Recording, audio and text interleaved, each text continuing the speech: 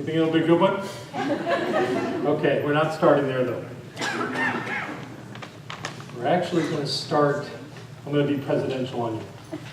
I want you all to know that our movement is growing in the world. Yes. Yay. And I have the distinct honor and responsibility of being chair of our affiliation review committee, the committee that reviews everyone applying, or every group applying to be a member of our organization, a member community of our organization.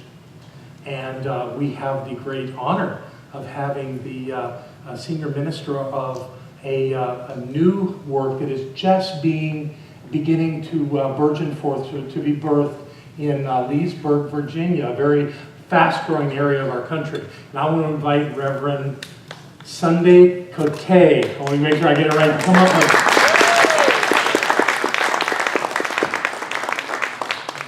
Sunday has been a minister in our movement way longer than me. You can't tell it by her by how she looks, because she started as a child. But I'm so honored that you're here with us today, and I wanted to give our people an opportunity to bless you. We have a special blessing that we know that we love to do, and we're going to do this for Reverend Sunday, as well as all those that are gathering with her and finding their way into Center for Spiritual Living Leesburg, correct? All right. Fantastic. Okay. Everybody ready? Here we go. We love you, we bless you, and we know you are perfect. Yay!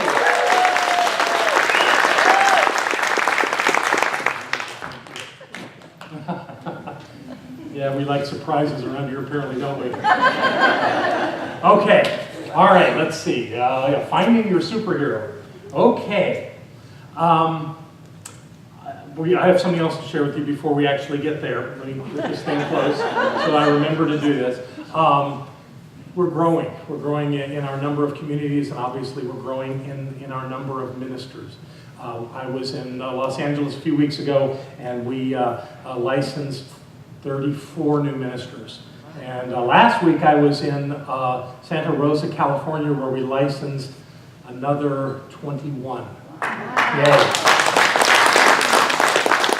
Here's one of them.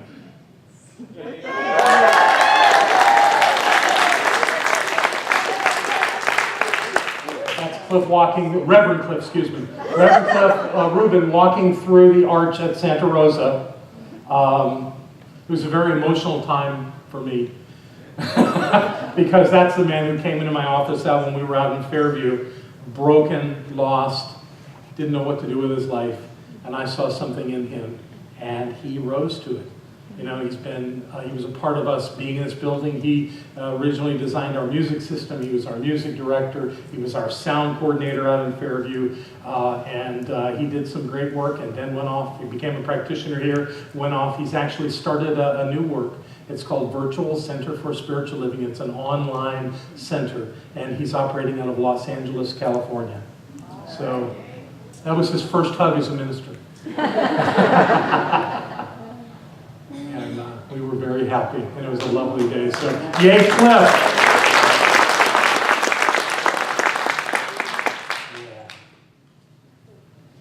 Yeah, finding your superhero. So here's what happened last week. Before I was in Santa Rosa, I was in Ashland, Oregon. I was invited to be part of what's called the Social Artistry Odyssey. It's a thing that was created by Dr. Jean Houston. Anybody heard of Jean Houston? So Jean was there, but she wasn't there at the same time that I was. She showed up a little bit. She showed up after I left, but that's a not all that recent picture of Dr. Houston. She's 76 years old now and has a real passion for working with young people. So the people that gathered up in Ashland, Oregon were young adults. I don't think anybody there was over like maybe 31, 32 years old, which, you know, I'm 60 now, so 31, 32 sounds really young. But they were there in community, and they had been working with Dr. Houston. And as I say, Jean has this great passion for young people in her life and knows that they're the ones that are going to emerge as our leaders. And out of this book, The Possible Human, that she recently wrote, I grabbed a quote this morning. I'll read it from here. In our time, we have come to the stage where the real work of humanity begins. It is a time where we partner in the creation of ourselves and the assuming of a new type of culture, a culture of kindness. Herein we live daily life. We live daily life reconnecting and recharged to the source, so as to become liberated and engaged in the world and in our tasks. So Dr. Houston is playing this big game, a lot of it now with our young people that are involved in Science of Mind. The young people that were there that actually put this event together were from the launching pad in Berkeley, California. But they were only about a third of the people that were there. So these young people from all over the country came and were engaged in this nearly a week-long exploration of their experience of life. And the thing about young people is they have all this amazing energy and enthusiasm. They are really short on patience. and their work doesn't come out of their extraordinary experience of life. They have to find ways to create containers to look at things contextually based on what they've already experienced. I remember being their age. In fact, I think I was 32 when I found the Science of Mind. Oh, I was a young person. Wow, that's very cool. And in doing that amazing work, I had the opportunity with them of seeing how they think. So this work with Houston's very much into Greek mythology. And she teaches from that mythology. And they didn't like it. This didn't resonate with them. So what would resonate with young people their age? Superheroes, popular culture. That was very logical to them, and they could work from that place. So so we recreated it into something that had to do with people like this. Thank you for relating. So what they did, or what we did, was we listened to the stories of these created characters, many of them from Marvel, this one from X-Men, listening to how their lives were created, very mythologically, and how the same thing that Greek mythology does is it creates a context for us to learn from and really to find ourselves in. So we learned from them, and we began with Wolverine. Let me share with you what was presented to us in the group about Wolverine. This is the story of a hero named Logan, born with the gift of incredible regeneration. He was made to undergo a terrible military experiment in a program called Weapon X Project. The experience left him with unbreakable adamantium bones. But in the process, he lost his memory and his freedom. He escaped from the Weapon X Project and walked the earth, seeking to restore his fractured psyche. He was challenged by many foes, but overcame them with his extraordinary resilience and strength. Eventually, he found a group of heroes called the X-Men, mutants like himself, who were committed to creating a better world for everyone. You ever feel like a mutant? Being in this new community, he was able to start healing the scars of the past. With the help of the leader of X-Men, a powerful psychic named Xavier, he learned to remember his original self. In honor of his past, he took the name Wolverine, which he holds to this day. Fictional character created by a comic book company, created by writers. Actually, one of the people, or many of the people that created the characters in X-Men and in all these other superhero types of series of stories were psychologists and metaphysicians, because they could envision something beyond what we normally experience in our physical day-to-day activities. Yet at the same time, it draws attention to the fact that each one of us have things within us that are special to us. Abilities to know, to act, to seek out the benefits of life. We all have those. We don't pay much attention to them because the rents do. And something else is going on in our lives. Maybe we're changing jobs, or we're feeling like it's time to be in a relationship, or whatever is going on. Maybe something in our body hurts and it's drawing our attention. We all have those kinds of things as well, but they become the distractions to us bringing these extraordinary gifts within us to the world. So we create these fantastic characters like Wolverine, and allow ourselves to be entertained and experience that extraordinary life lived by this fictional character. At the same time, as we're experiencing that, something's resonating in us. Something's telling us that there's something in this that has merit, that has value. We're not quite sure what it is because we like the entertainment. We like the action, all that stuff. But really, the reason that we're drawn to it is because there's something yearning in us. Just like that. But to be absolutely fair, you can't just go with a mythical figure that's a guy. You got to expand beyond that. So we're going to look at Rogue for a second. Listen to the story of Rogue. This is a story of a hero or heroine named Anna Marie, an extraordinary girl from Alabama. You like that, huh? When she experienced her first kiss, she discovered that her skin drained the life force from anyone she touched. Her kiss left her partner in a coma. I'm glad you find that funny. She didn't. She was horrified by what she had done and judged herself to be harmful and dangerous. Leaving her home behind, she wandered the earth until she came upon the evil brotherhood of mutants, believing they were the only ones that could accept her.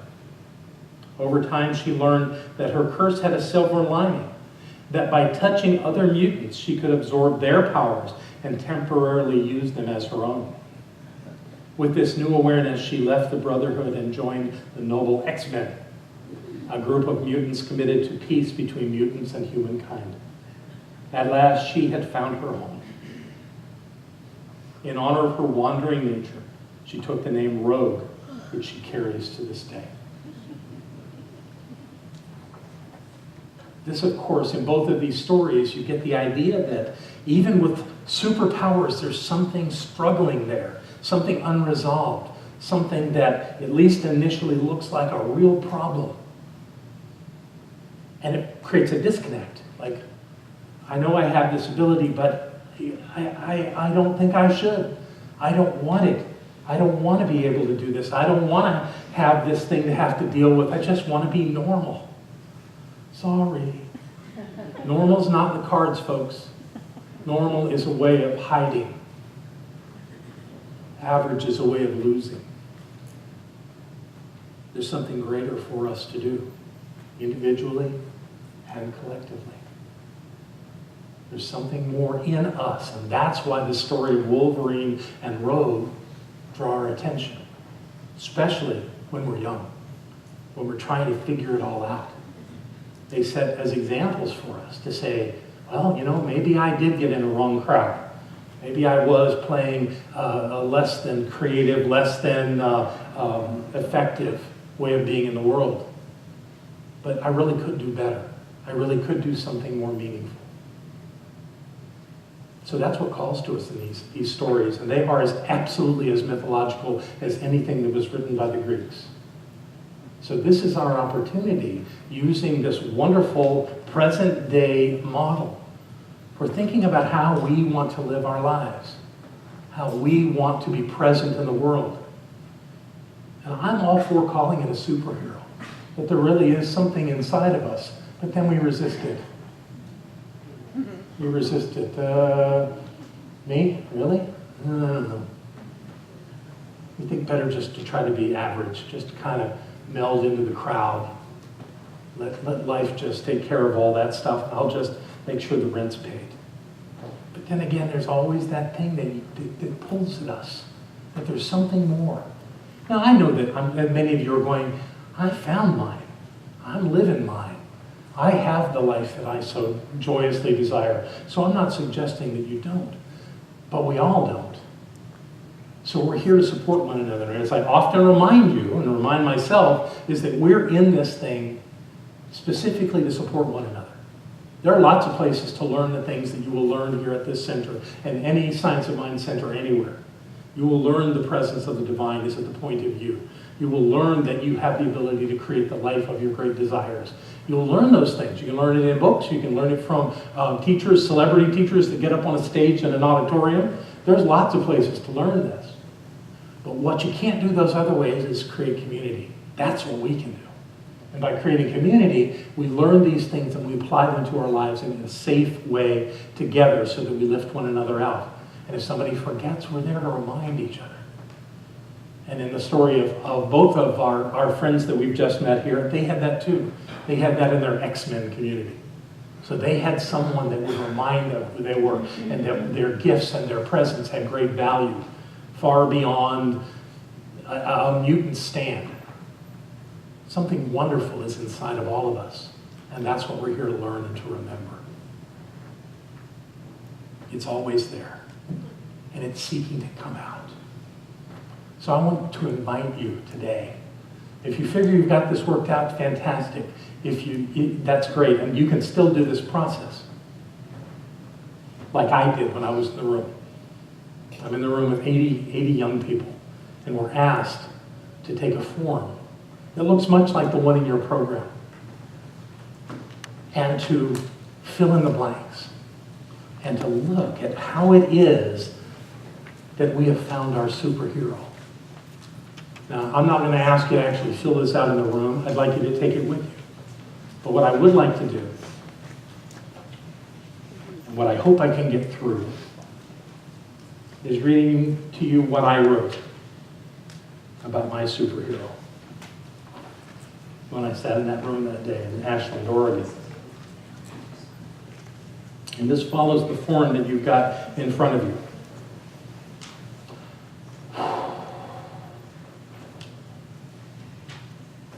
This is the story of a hero named John.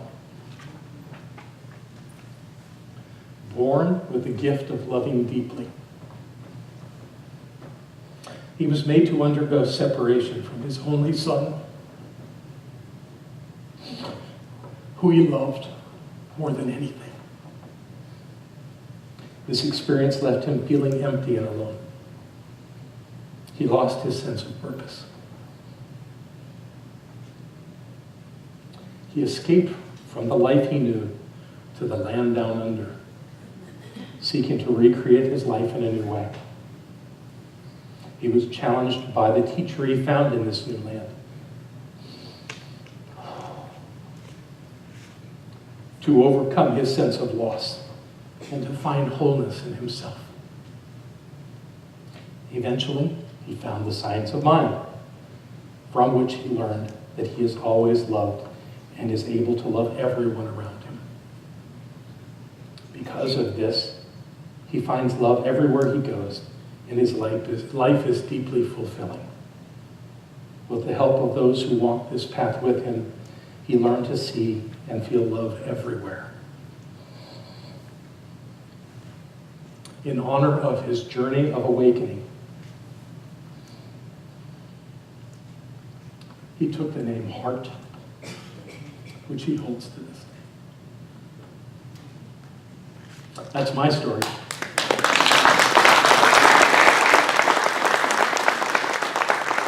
fun I had with that, there was another guy in the circle who said his superhero name was Soul, and we're going to go on the road as Heart and Soul.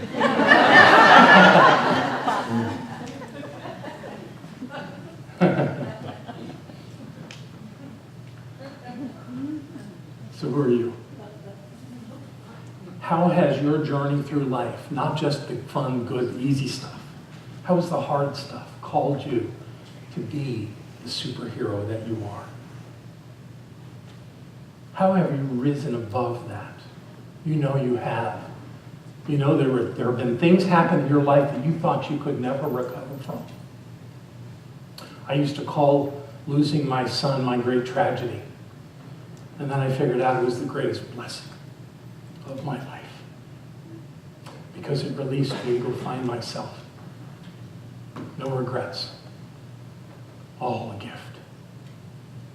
What is it that you found on your path? How have you risen above it? And how has that prepared you to bring some wonderful gift to the world? I know better than to think that's not true of you. It is true. So I invite you, look deeply. Fill out that little yellow form in your program when you go home this afternoon or tomorrow. Bring it to class tomorrow night. If you feel like you'd like to share it, you can share it. If you don't want to share it, you don't have to. But I think it's a great way for us to look at this whole idea of creating a mastermind experience in our lives. So think about it. Come be with us. See what more we can find out. We're on a great journey. Sometimes it's hard, but ultimately we are here to learn who we are. We don't find that out on the easy days. We find it out when we move through the hard times of our lives. We've all done it. Let's celebrate it and move into a greater understanding of the presence of God as us right here on planet Earth. It's a good run, and I'm really glad to be doing it with you. God bless you.